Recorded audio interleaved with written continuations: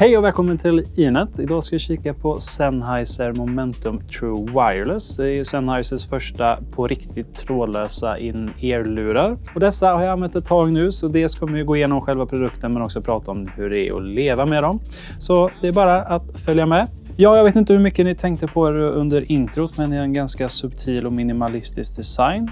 Det är helt enkelt bara en svart plugg som sticker ut som har en silvrig metallsida som har Sennheiser-loggan på sig. Denna pluggas då in som en in-ear och försluter runt hela örat. Och inuti här sitter det 7 mm dynamiska drivare ifrån Sennheiser eller högtalarelement. Vi har också magneter och anslutning här guldpläterade som hjälper oss att ladda sedan. Sedan så har vi också en liten LED här som bekräftar ifall vi är parade eller inte samt ger oss uppdatering av batteritid. Bredvid där så har vi ett R som står för right, tror jag är rätt i alla fall. Vänder vi på den här på utsidan så har vi även mikrofon och vi har mikrofon på båda. Detta är ju dels för att använda det som headset men också för att kunna göra så att vi hör vår omgivning när vi har dem på oss. Det går nämligen att ansluta det här ljudet till den vanliga ljuduppkopplingen så att du kan välja ifall du vill höra omgivningen eller inte. Och de här lurarna har 4 timmars batteritid som standard och du sätter in dem i ditt laddfodral på samma sätt som du stoppar in dem i öronen. Förutom att du inte har magneter i öronen, det har du här. Som andra ord släpper du bara in dem så kommer de falla på plats. Och som standard får du 4 timmar, du får 8 timmar ytterligare genom det här fodralet.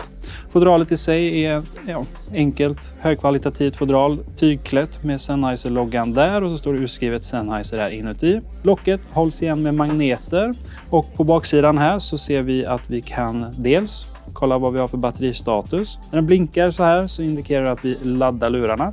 Men skulle jag ta ur lurarna här, trycka på den igen så ser vi batteristatus på själva caset. Så just nu indikerar den då att den är fulladdad så att vi kommer kunna få ytterligare 8 timmar ifall vi laddar de här genom denna. Och en laddning från 0 till 100 tar 1,5 timme. Och fodralet laddas över USB-C. Det ingår en kabel här, en USB-C-kabel som är cirka 20 cm lång som har en USB-A i andra änden.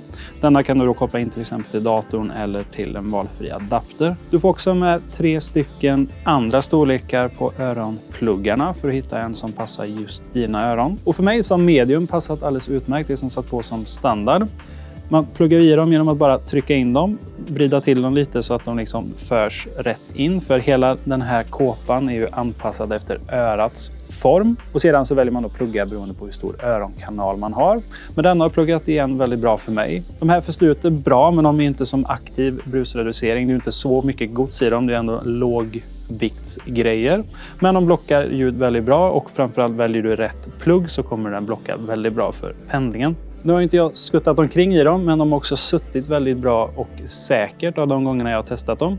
Känns lite motsägelsefullt för den har ju inga vingar eller så utan sitter ju bara med en plugg. Men de verkar ha hittat perfekt med just hur passformen ska vara för att man inte ska behöva vingar. De här är ju inte träningslurar per se, men jag hade nog ändå försökt mig på det ifall jag ville ha haft så bra ljudkvalitet som möjligt ute i spåret. De har IPX4 vilket gör dem svett- och stänktåliga, men de är alltså inte vattentäta så det är inga du ska bada med eller ge dig ut på de absolut regnigaste dagarna. Nej, det här är ju istället audiofillurar egentligen rakt upp och ner. Det är tänkt för dig som vill ha bästa möjliga ljudkvalitet och där levererar de. Jag är ingen expert men jag har lyssnat på många bra lurar och de här är utan tvekan de bästa trådlösa in-ear-lurarna jag har testat. Tycker du om Sennheisers ljudprofil så kommer du tycka om dessa. Man känner igen sig om man kört Sennheiser tidigare. De är ju på grund av att det är in-ear och att det är förslutna lurar lite mer instängda, lite mer bastunga.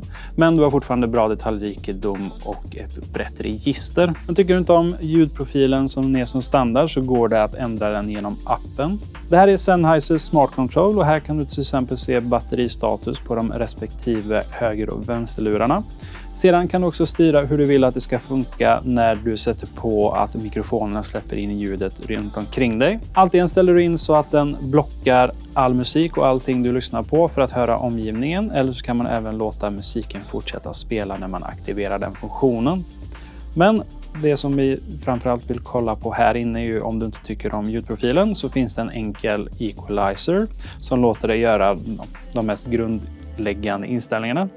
Ser lite udda ut eller lite ovant för att den är väldigt grafisk i hur man gör. Så du flyttar helt enkelt den här lilla cirkeln till den ljudprofilen du tycker låter bäst. Så när du lyssnar på musik så är det bara att flytta runt denna och hitta en ljudprofil som passar dig. Och där du går ut så kommer den spara sen i själva lurarna. Så du behöver inte ha appen igång i bakgrunden utan det sparas i lurarna, det senaste inställningen. Jag personligen tyckte den neutrala var bäst, men det går ju alltid att leka runt om du vill ha lite mer basrum till exempel. Och när du ställt in de 2 grejerna i appen så behöver du inte appen längre för du kan styra allt annat med hjälp av själva lurarna. Som ni ser så finns det inga knappar, men däremot finns det gömda knappar. Båda sidorna har touchknappar i själva de här metallkåporna. Så beroende på vad du vill göra så trycker du olika många gånger på höger eller vänster. Till exempel pausa play är bara ett tryck på vänster. Men att aktivera transparent hearing så trycker du 2 gånger på höger.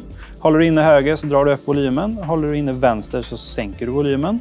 Trycker du vänster 2 gånger så byter du spår framåt 3 gånger bakåt och så vidare. Och genom dessa kan du även komma åt din smarta assistent. Genom att trycka här på höger så kan du starta igång Siri eller Google Assistant beroende på vad du använder för mobil.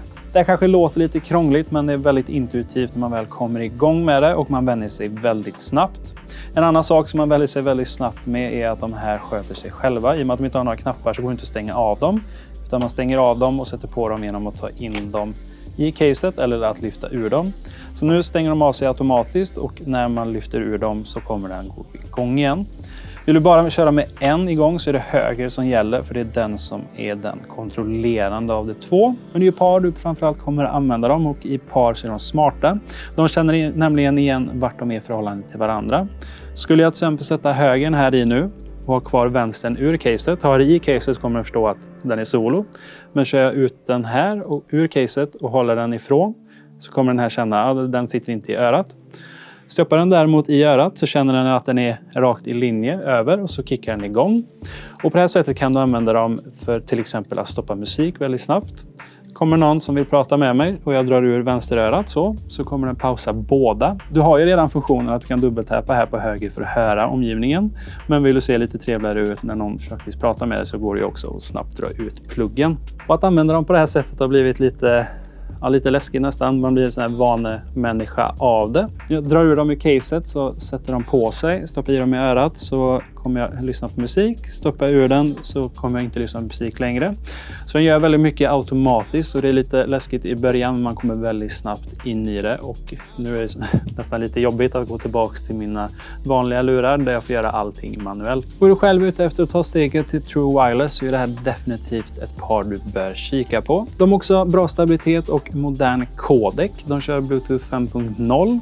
Väldigt stabila har de varit för mig. Jag har aldrig tappat uppkopplingen. Varken mellan de 2 eller mellan de 2 och min mobil. Sedan så har de ju aptX Low Latency vilket ger kortare svarstider. Så att du slipper att ljud och bild kommer ur synkronisering när du kollar på något pucko som står och pladdrar på internet. De är åtminstone av de modeller jag har testat det mest väljudande True Wireless headsetet på marknaden. Och det är som vanligt med Sennheiser, en trevlig ljudprofil och hög byggkvalitet. Och vill du åt det så hittar du en länk till de här i beskrivningen nedan.